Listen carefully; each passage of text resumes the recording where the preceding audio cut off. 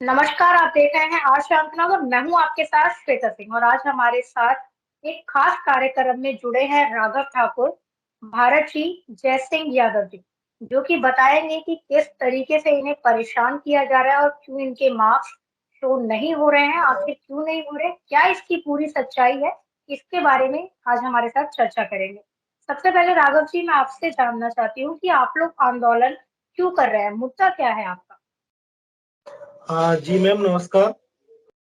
Ma'am, हम दरोगा भर्ती के अभ्यर्थी हैं और हमारा आंदोलन करना और कोर्ट केस सरकार के प्रति लड़ना, उसका एक वजह है कि उसका थोड़ा मैं डिटेल से आपको बता देना चाहता हूँ कि उत्तर प्रदेश में 12 नवंबर से 2 दिसंबर 2021 के बीच दरोगा भर्ती परीक्षा में हुई धांधली में अब तक 62 से ज्यादा एफआईआर दर्ज हो चुकी हैं। 300 से ज्यादा लोग इसमें नामजद हैं, जिसमें से 30 से ज्यादा सेंटर प्रबंधक, 200 से ज्यादा फर्जी अभ्यर्थी और 50 से ज्यादा सोलह गैंग के सदस्य नकल माफिया और 10 से ज्यादा ऑनलाइन परीक्षा कराने वाली कंपनी एनएससीआईटी के अधिकारी और कर्मचारी हैं। कई लोग फर्जी तरीके से भर्ती होकर ट्रेनिंग 13 मार्च से जो स्टार्ट हो चुकी है वो कर रहे हैं। तो इन सभी गड़बड़ियों के मद्देनजर रखते हुए हम पिछले लास्ट ईयर आंदोलन कर चुके हैं कई महीने, लेकिन वहां से कोई हल नहीं निकला। तो हम कोर्ट से भी लड़ रहे हैं, जिसमें हमारा केस फाइनल स्टेज पर पहुंच चुका है, लेकिन सरकार की तरफ से बहुत ही क्या बोलते हैं, एक निंदनीय रवैया अपनाया रखा है उन्होंने, और वो हमारे समस्या का, प्रॉब्लम का कोई सॉर्ट आउट नहीं कर रहे हैं। जी उनकी बिल्कुल, तरफ से जय हमें सिंह निराशा ही हाथ लग रही है। जी बिल्कुल। मैं जय सिंह जी आपसे जानना चाहती हूँ कि अभी तक आपकी जो दरोगा भर्ती है, इसकी कोई ऑफिशियल जांच या कोई स्टेटमेंट आया है सामने।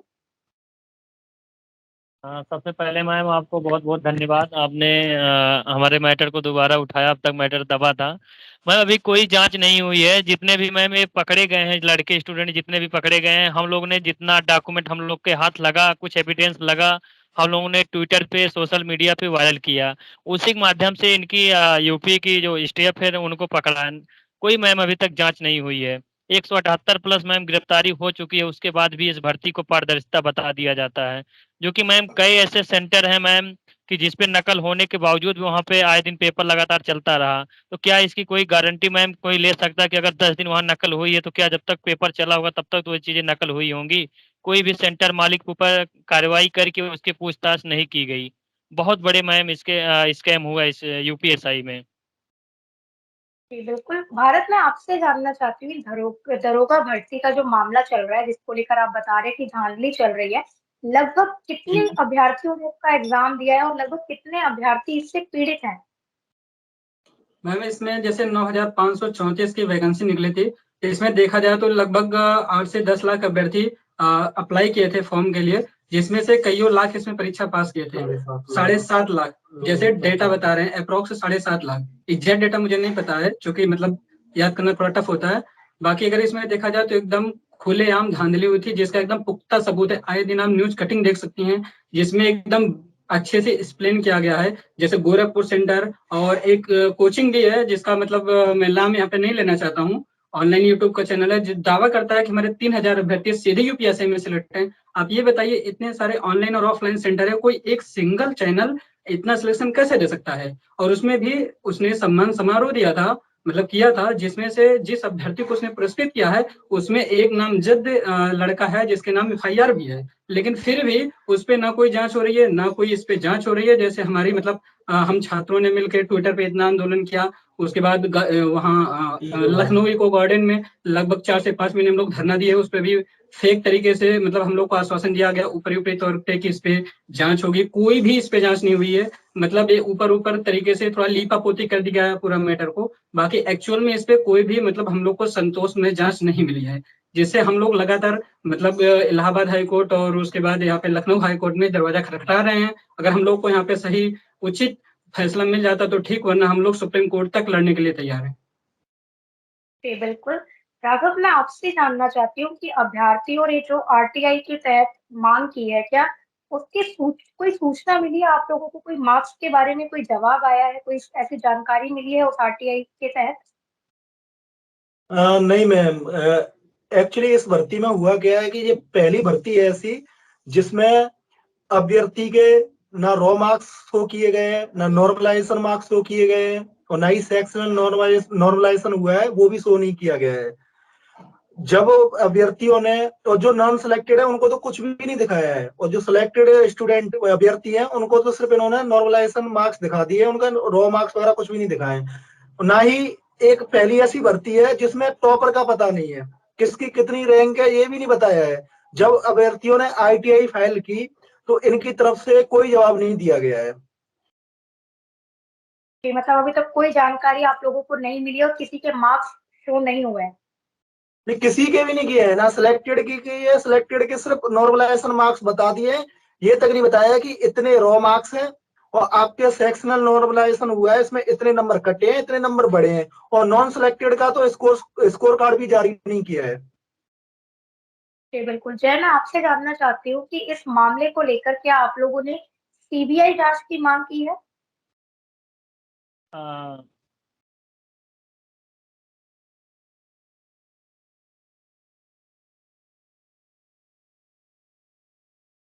जय। हाँ जी मैम, नेटवर्क थोड़ा सा इशू था इसलिए थोड़ा सा टाइम लग गया। जी मैम, CBI इन्वेस्टिगेशन की हमारी मांग है कि मैम अगर ये इस भर्ती को बार बार पारदर्शिता का नाम दिया जाता है मैम, तो CBI जांच से इनको क्यों इतना भय लग रहा है मैम?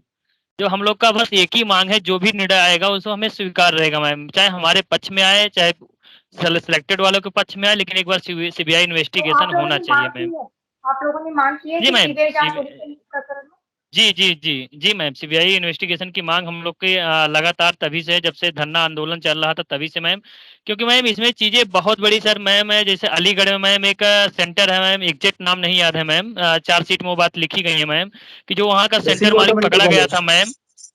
तो सेंटर का मालिक जब पकड़ा गया मैम, उन्होंने उसने इतना बताया कि मैम हमने कितने लोगों को ये सुविधा पहुंचा, हमने कितने लोगों को नकल कराया, हमें खुद तक याद नहीं, जो कि मैम चार्जशीट में लिखी गई है। पुलिस खुद ये विवेचना की है, पकड़ने पे चीजें बताया गया, सामने आया है मैम, चार्जशीट में लिखी गई है बातें। जो सेंटर मालिक जब बता रहा है कि कितने लोगों को हमने करा दिया, हमें याद तक नहीं है, तो आप सोच सकते हैं कितने बड़े पैमानों पे ये धांधली हुई है मैम।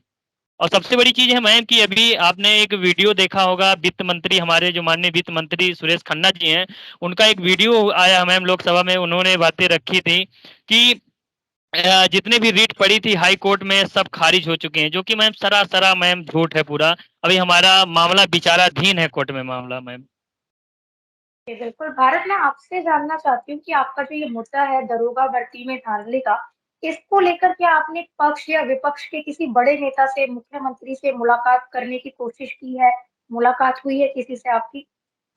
जी मैम, हमारे जितने साथी हैं उसमें चाहे वो परिहार हो, चाहे ये राघव हो, चाहे जयसिंह हो, तमाम जो बड़े बड़े साथी हैं जो कि एकदम संघर्षरत हैं इस मतलब फैसले के लिए, वो हमारे मुख्यमंत्री से मतलब बार बार संपर्क करने की कोशिश कर रहे हैं। उनके आला अधिकारी उनसे मिलने नहीं दे रहे हैं। यहाँ तक जो आर के अध्यक्ष मतलब भर्ती बोर्ड के अध्यक्ष आर के विश्वकर्मा जी, हम लोग जब धरना कर रहे थे उनसे भी मिलने नहीं दिया गया हम लोग को। वहाँ के आला अधिकारी छोटे मोटे आके हम लोग को बहकावा देके, लॉलीपॉप देके छोड़ देते हैं। मुझे समझ में नहीं आता ये सरकार आखिर किसको बचाना चाह रही है। ये मेरा खुला चैलेंज और दावा है, हमारे राघव भाई भी ये दावा कर चुके हैं कि सरकार एक बार CBI जांच करवा दे। अगर सरकार को लगता है कि भर्ती मतलब निष्पक्ष है तो सरकार जो मर्जी वो करे, में कोई दिक्कत नहीं है। कोई भी मुझे मतलब सजा देने के लिए तैयार है, मैं सजा लेने के लिए तैयार हूँ। लेकिन अगर क्या इसमें CBI जांच के बाद सरकार के बड़े बड़े ऑफिसर और बड़े बड़े जो मतलब तमाम मंत्री हैं, चाहे वो कोई भी स्टेज का मंत्री हो, अगर वो पकड़े जाते हैं तो क्या सरकार इस पे अहम फैसला लेगी कि नहीं? अगर आखिरकार सरकार एक CBI जांच करवा दे, हमारी इतनी सी मांग है। और ये मतलब आप लिख लीजिए, ये मतलब लिखित दे सकते हैं हम लोग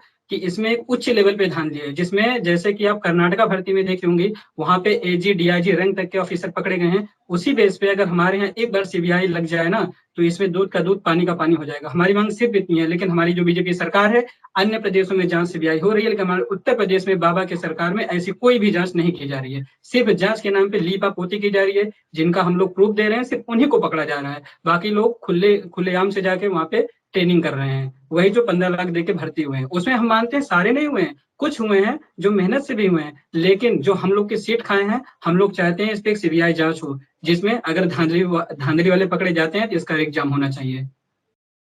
जी बिल्कुल, राघव, मैं आपसे जानना चाहती हूँ, जैसे कि आप लोगों ने बताया आपका जो ये मामला है ये कोर्ट में भी चल रहा है, तो कोर्ट केस की सारी डिटेल्स और पूरा स्टेटस क्या है अभी?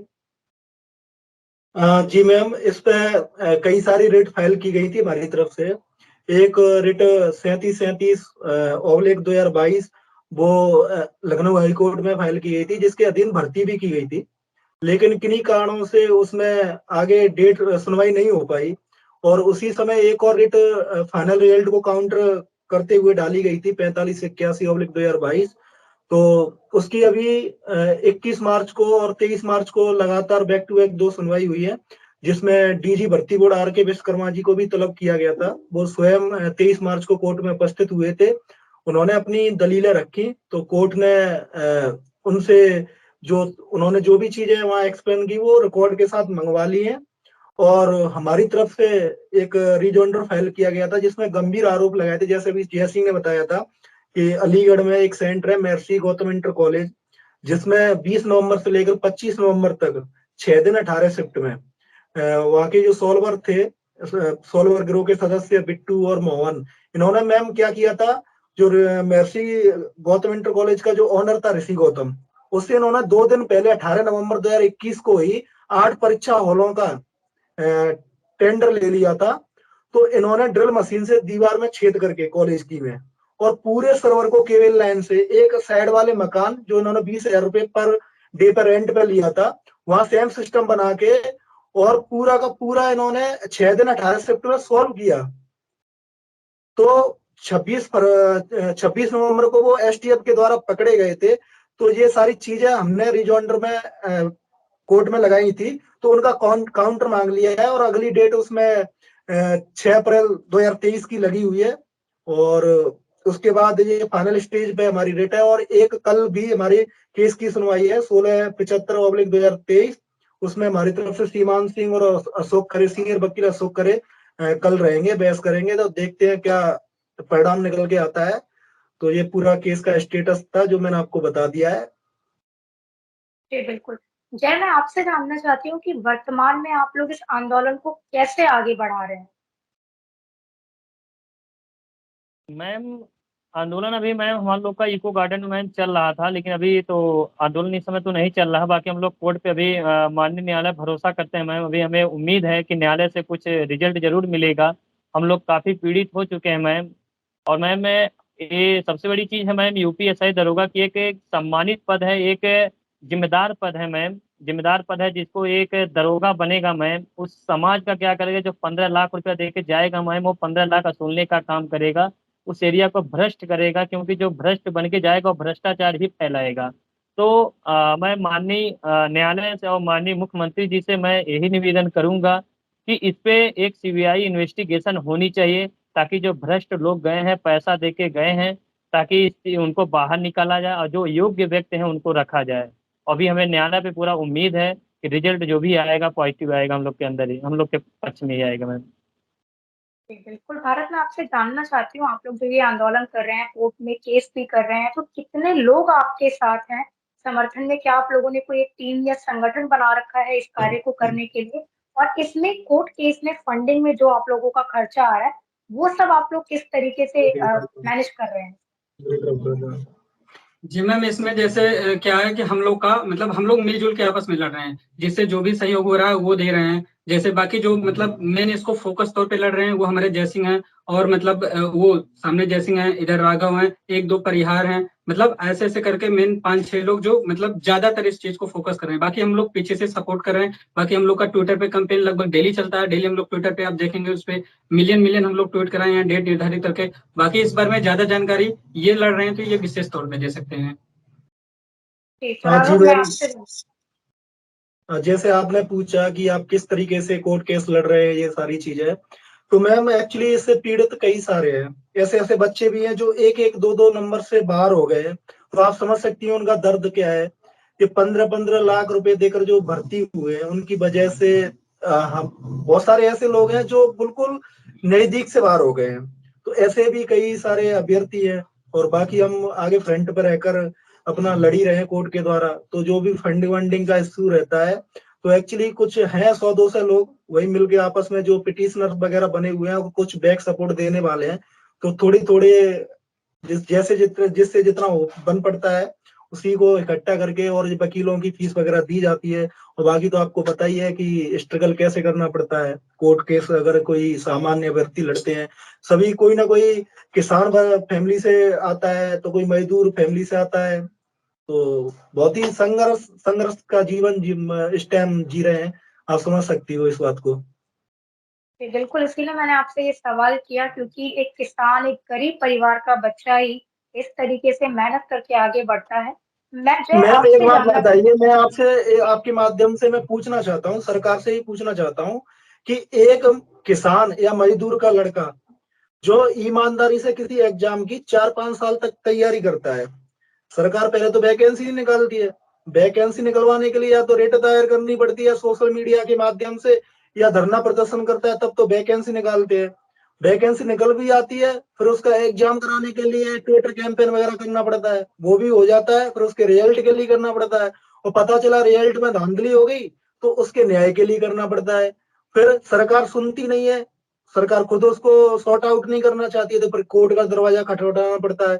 तो एक बात बताइए, जैसे अब मैं राजस्थान से बिलोंग करता हूँ, अब मैं यहाँ इलाहाबाद में कल की तारीख है 600 किलोमीटर दूर से आया हूँ। अब मैं यहाँ मजे के लिए तो आया नहीं हूँ, न्याय के लिए आया हूँ कोर्ट में। तो एक दिन पहले तो निकल के आना पड़ता है, पूरा दिन हो जाता है ट्रेन में। फिर रात को यहाँ पर शाम को वकील के ऑफिस पहुंच के उनसे बात करना, ये सारी चीजें होती है। फिर शाम को कहीं ना कहीं रात को ठिकाना ढूंढना पड़ता है। फिर अर्ली मॉर्निंग जाग कर फिर कोर्ट की तरफ भागना पड़ता है। वहां भी इंतजार करना पड़ता है कि वकील आ रहे हैं या नहीं आए, या आज कोर्ट बैठी है या नहीं बैठी है, सेशन में है कि नहीं है।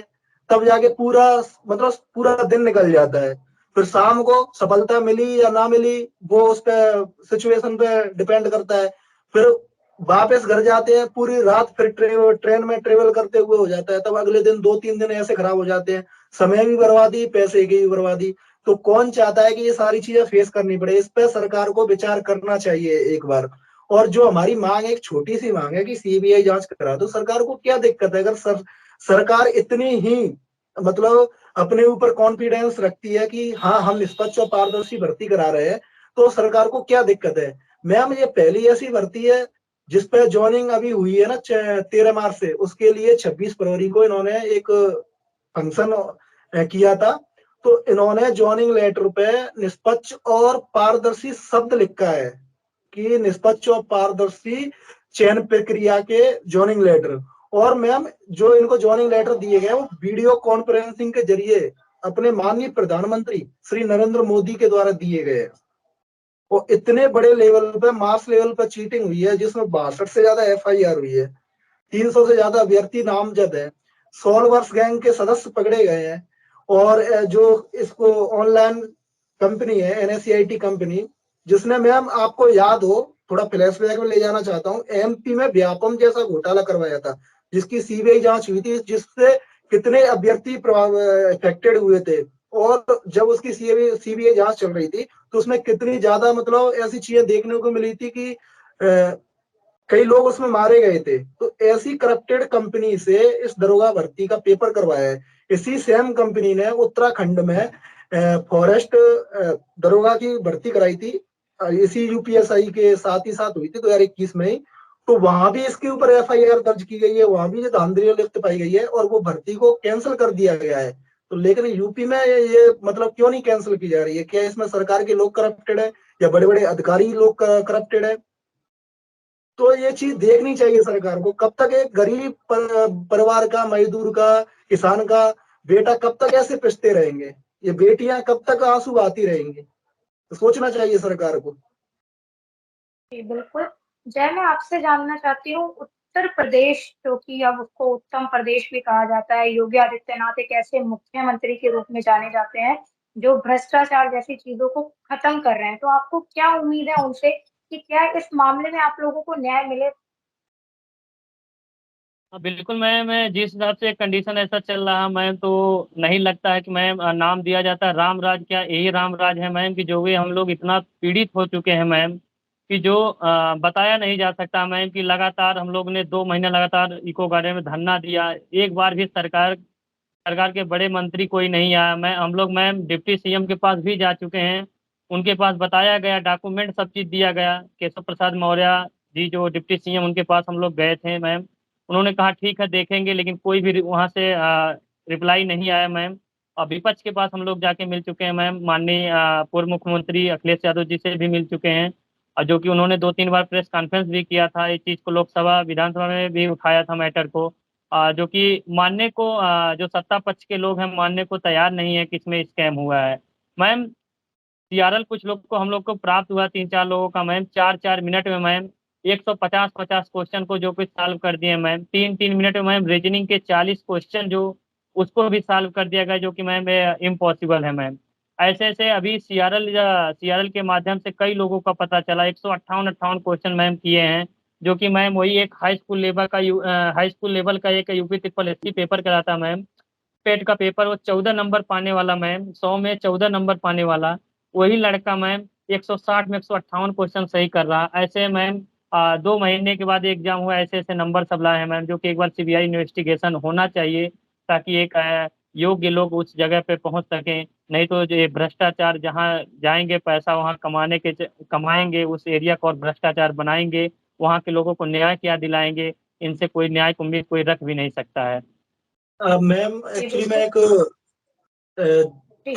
जैसे जो भर्ती बोर्ड के चेयरमैन है R.K. विश्वकर्मा जी, उनका मैंने एक स्टेटमेंट देखा, और अभी जो 23 मार्च को जब वो तलब किए थे कोर्ट के द्वारा, तो वहां भी उन्होंने एक चीज रखी थी कि हमने इस भर्ती में जो CRL candidate response login time उसको चेक करके काफी हद तक हमने इस भर्ती प्रक्रिया को पारदर्शी और निष्पक्ष कर दिया है। तो मैम आपके जरिए मैं बताना चाहूंगा सभी लोगों को कि CRL चेक करने से वो एक पैटर्न हो गया। ऐसे इसमें धांधली कई तरीके से हुई है, सॉल्वर गैंग के थ्रू, BNC सिस्टम से स्क्रीन शेयरिंग के थ्रू, आंसर की आउट करके, और सॉल्वर बैठा के, और जैसे मैंने अभी एक्सप्लेन किया था कि पूरा सिस्टम ही हैक करके। तो उन्होंने वहां पर दलील रखी, और एक स्टेटमेंट भी उन्होंने शायद दिया था कि हमने सारी CRL चेक कर ली है, और उससे जितने भी फर्जी अभ्यर्थी पाए गए थे जिन्होंने कम समय में परीक्षा को सॉल्व कर दिया था, उनको बाहर कर दिया। तो मैम एक बात बताइए, जब मास लेवल पे इतने सारे पैटर्न के साथ धांधली हुई है, तो सिर्फ एक पैटर्न से आप जांच करके CRL से क्या इस भर्ती को बिल्कुल पारदर्शी कर सकते हैं? अब मैं एक एग्जांपल के तौर पे आप थोड़ा समझाना चाहूंगा सभी दर्शकों को, और आपके चैनल के माध्यम से R.K. विश्वकर्मा जी तक भी बात पहुंचाना चाहूंगा कि जैसे एक व्यक्ति है, अब एक व्यक्ति के लिए एक सॉल्वर बैठा होगा, तो तब तो वो पूरा पूरा 2 घंटे का टाइम लेके वो पेपर कर देगा, तो इसमें CRL में कैसे आ जाएगा? जब उसने 2 घंटे का पेपर 2 ही घंटे में किया है, और एक व्यक्ति का एक ही सॉल्वर है, तब तो वो पकड़ में कैसे आएगा? पकड़ में सिर्फ वही आ सकता है जैसे एक सॉल्वर है और उसे कम से कम 5 अभ्यर्थियों का, एक से ज्यादा अभ्यर्थियों का ठेका दिया गया है, तो परीक्षा तो 2 घंटे की होती है, एक ही टाइम पे शुरू होती है, तो उसको उस 2 घंटे में एक से ज्यादा अभ्यर्थियों का पेपर सॉल्व करना होगा, तो वो सबको थोड़ा थोड़ा टाइम देगा, तो उसका कैंडिडेट रेस्पॉन्स लॉगिन टाइम थोड़ा कम आएगा, तो वो तो आपकी गिरफ्त में आ जाएगा। लेकिन एक व्यक्ति के लिए एक ही सॉल्वर बैठा होगा, उसने पूरा पूरा टाइम लिया होगा, और क्वेश्चन भी उसने ज्यादा नहीं किए होंगे जिससे उस पर शक ना हो, तो वो कैसे पकड़ में आ जाएगा? तो ये कहीं ना कहीं इनका तरीका, जो R.K. विश्वकर्मा जी ने बताया कि हमने CRL से सबको छांट लिया है, अब इसमें कोई नहीं है, तो सिर्फ एक पैटर्न है जो BNC सिस्टम का यूज किया गया था। नीतीश कुमार था, बिहार का लड़का, जो कार में बैठकर पेपर दे रहा था, तो वो तो स्क्रीन शेयरिंग के थ्रू उसने पेपर पास किया। एक अच्छे मलिक था जिसके स्क्रीनशॉट वायरल है, अर्जुन प्रसाद था जिसके फिंगरप्रिंट्स गड़बड़ पाए गए, उसका सॉल्वर ने उसकी परीक्षा दी, और उसी ने उसका DPST फिजिकल वगैरह किया था। तो ये तो अलग अलग पैटर्न है, तो जांच सबकी होनी चाहिए, ना कि एक CRL की। तो ये एक जांच का विषय है, जब तक जांच नहीं होगी तब तक इसको कैसे निष्पक्ष और पारदर्शी आप बता सकते हो? अब जैसे 62 FIR हुई है, तो 62 थानों में FIR हुई है, तो 62 जगह से स्थानीय पुलिस जांच कर रही है। अब ऑनलाइन परीक्षा हुई है, तो थाने स्तर पे ऐसे संसाधन होते हैं, जो एक मतलब राज्य स्तरीय परीक्षा, वो भी ऑफिसर रैंक की 2 स्टार दरोगा रैंक की, उसको एक थाने स्तर से उसकी जांच की जा सकती है, जब आप 62 जगह से जांच कर रहे हो, इससे बड़ी आप एक काम क्यों नहीं करते हो? एक उच्च स्तरीय राज्य लेवल की एक कमेटी गठित की जाए और उसके थ्रू जांच करवा दी जाए। 62 जगह से जांच करने का क्या मतलब है?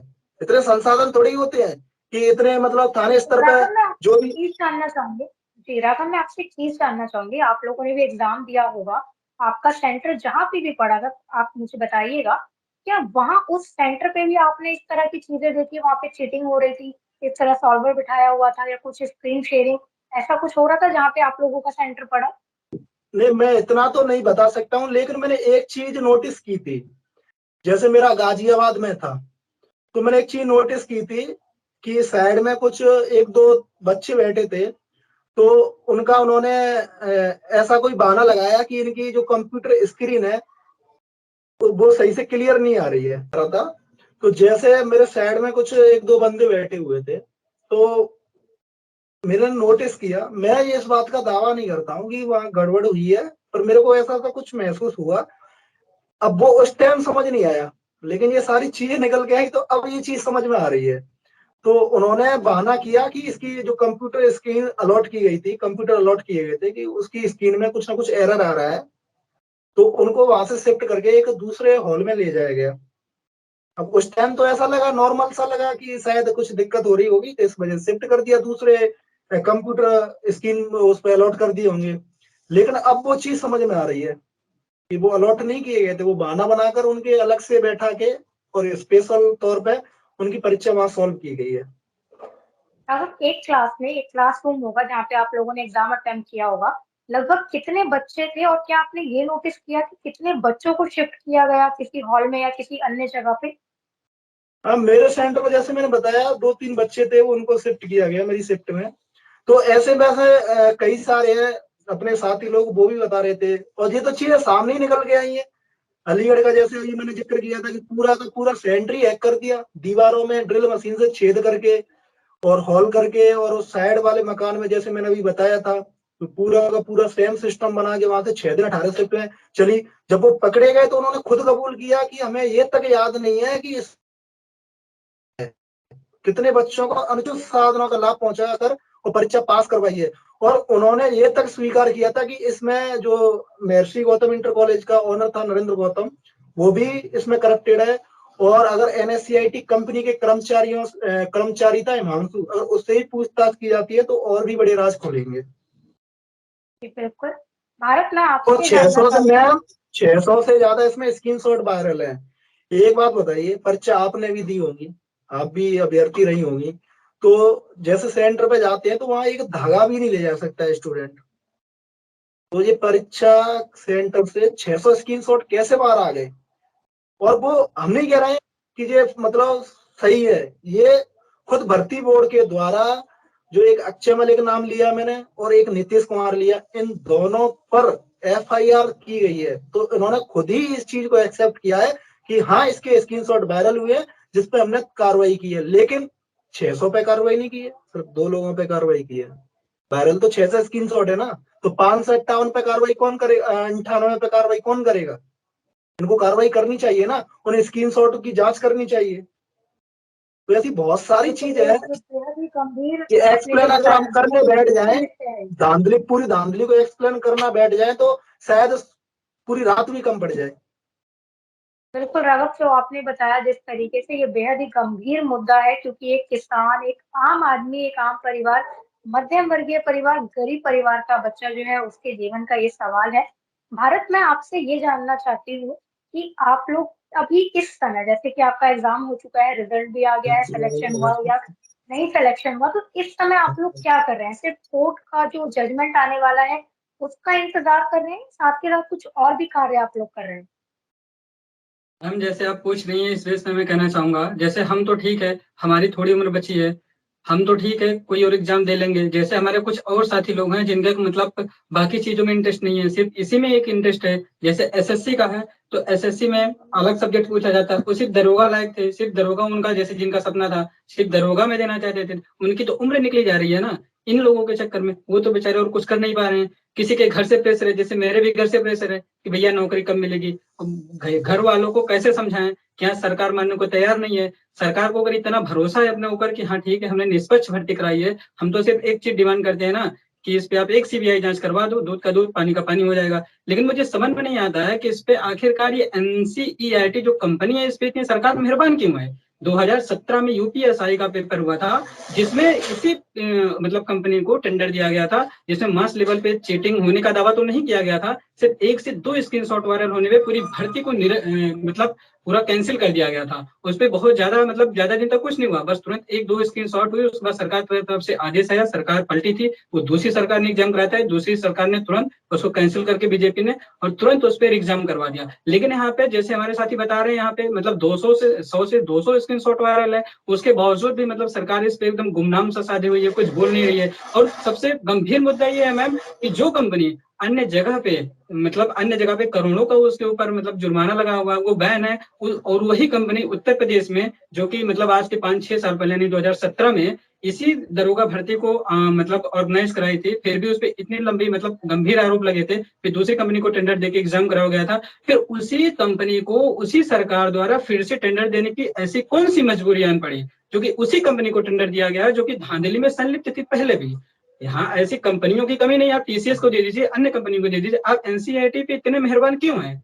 कहीं इसमें सरकार की मिलीभगत तो नहीं है कि 15-15 लाख दरोगा जो पैसे देके हुए हैं उसमें हम मल्टीप्लाई कर लीजिए। अगर हम मानते हैं मतलब 9,500 वैकेंसी थी 9,534 में, मानते हैं अगर इसमें 7,000 भी अगर मतलब धांधली वाले गए होंगे, 1,000 से 1,500 महज इसमें सिर्फ और सिर्फ ईमानदार वाले हैं, बाकी टोटल धांधली वाले हम 15 लाख से मल्टीप्लाई करवा लीजिए। अभी हालिया में एक न्यूज कटिंग निकली थी जिसमें था कि एक बंदा था, मुझे नाम नहीं याद एग्जैक्ट उसका, वो कुछ पैसा कम पड़ा था, जैसे 15 लाख पे डिमांड हुई थी दलाल से, कुछ पैसा कम पड़ा था, रितेश नाम था, कुछ पैसा कम पड़ा था जिसके तहत उसको मतलब रिजेक्ट कर दिया था, फाइनल में उसको सिलेक्शन नहीं करा सिर्फ कुछ पैसा कम पड़ने की वजह से। अगर फिर जिस दलाल से उसका हुआ था उस दलाल के पास जब छापा हुआ तो मतलब उसके पास कम से कम 100 से 200 बच्चों का हाई स्कूल इंटर मार्कशीट और जाति निवास प्रमाण पत्र और न जाने इतने कैसे इतने डॉक्यूमेंट उसके पास थे, और वो बोला मुझे नहीं पता, मैंने न जाने कितनों का कराया, जैसे मैंने राघव भाई बता रहे थे। तो इस बेस पे मुझे समझ में नहीं आता सरकार उस कंपनी पे इतना मेहरबान क्यों है? अगर सरकार और प्रधानमंत्री जी को इतना भरोसा है कि हमारी सरकार जो यूपी में कार्य कर रही है अगर निष्पक्ष पारदर्शी तरीके से कर रही है,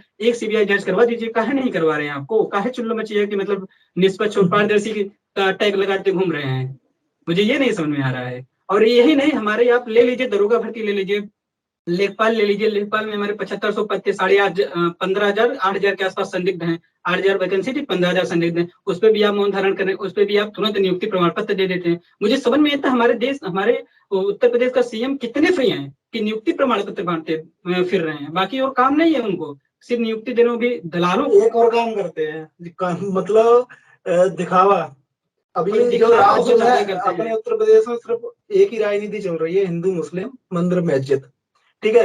एक युवा बेरोजगार है, अगर वो नौकरी मांगे तो पुलिस की लाठी खाएगा, अगर वही युवा कांवड़ यात्रा पे जाएगा, कांवड़िया लेके आएगा तो वही राष्ट्र भक्त और राष्ट्र प्रेमी कहलाएगा, उस पर सीएम होली कपटर के द्वारा फूल बरसाएंगे।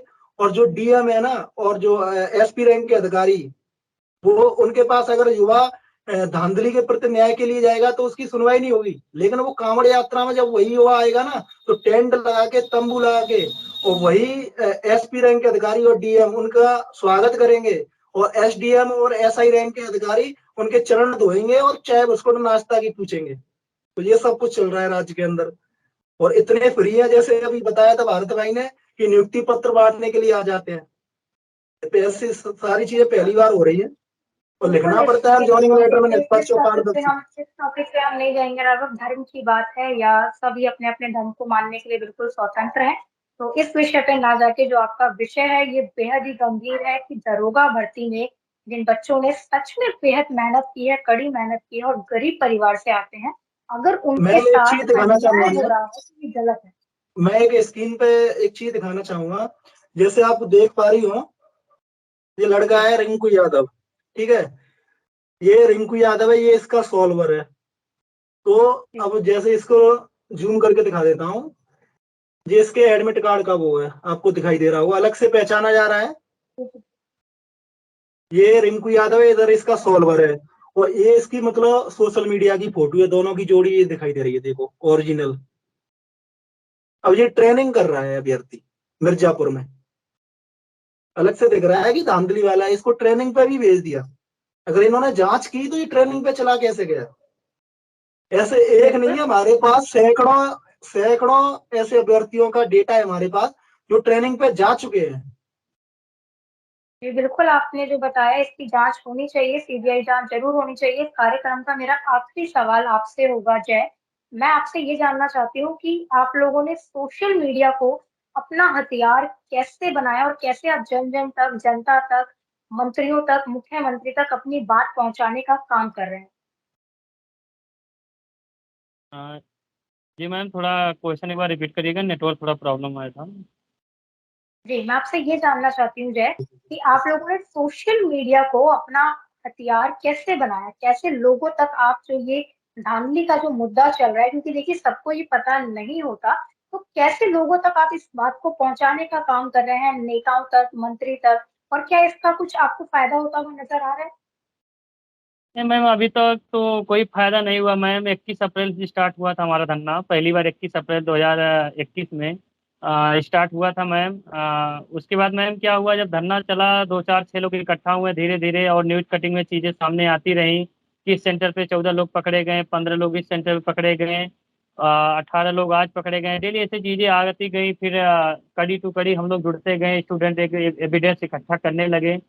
और फिर मैंने जब इसको ट्विटर पे ट्रेंड कराया, 2-2.5 मिलियन के समथिंग मैम ट्रेंड भी करा चुके थे हम लोग। उसके बाद मैम जो उत्तर प्रदेश पुलिस प्रोन्नति बोर्ड से एक नोटिस आता है कि ये चीज़ें भ्रामक हैं, जो भी ऐसी चीज़ें फैलाएगा उसके ऊपर कार्रवाई की जाएगी।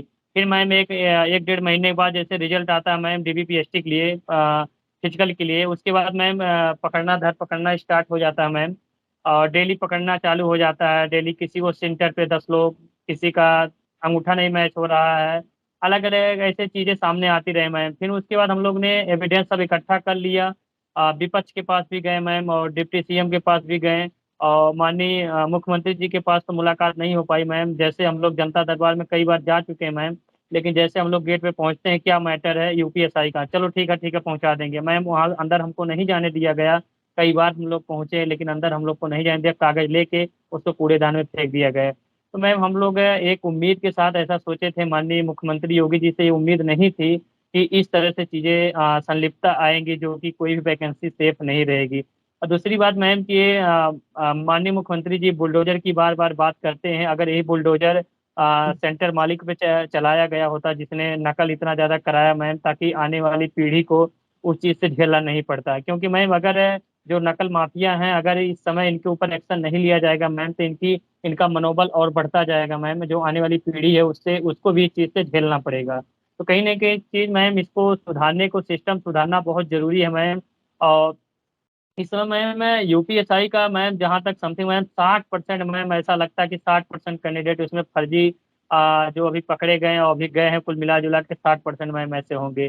तो सीबीआई इन्वेस्टिगेशन एक बार होना चाहिए। अगर सरकार को बार बार पारदर्शिता नाम देती है, तो सीबीआई इन्वेस्टिगेशन से क्यों डरती है? बस मेरा एक सवाल है कि अगर आप इतने ईमानदार हैं, बार बार ट्विटर पे सोशल मीडिया पे डालते हैं बीजेपी एक ईमानदार पार्टी, तो आप सीबीआई इन्वेस्टिगेशन करा दीजिए। वीडियो 2018 का सीबीआई इन्वेस्टिगेशन हुआ मैम, पेपर कैंसिल किया गया, 1470 लोग के समथिंग पकड़े गए थे, 1900 वैकेंसी मैम। तो ऐसे ऐसे कई वैकेंसियां हैं मैम जो सेफ नहीं रह गई हैं।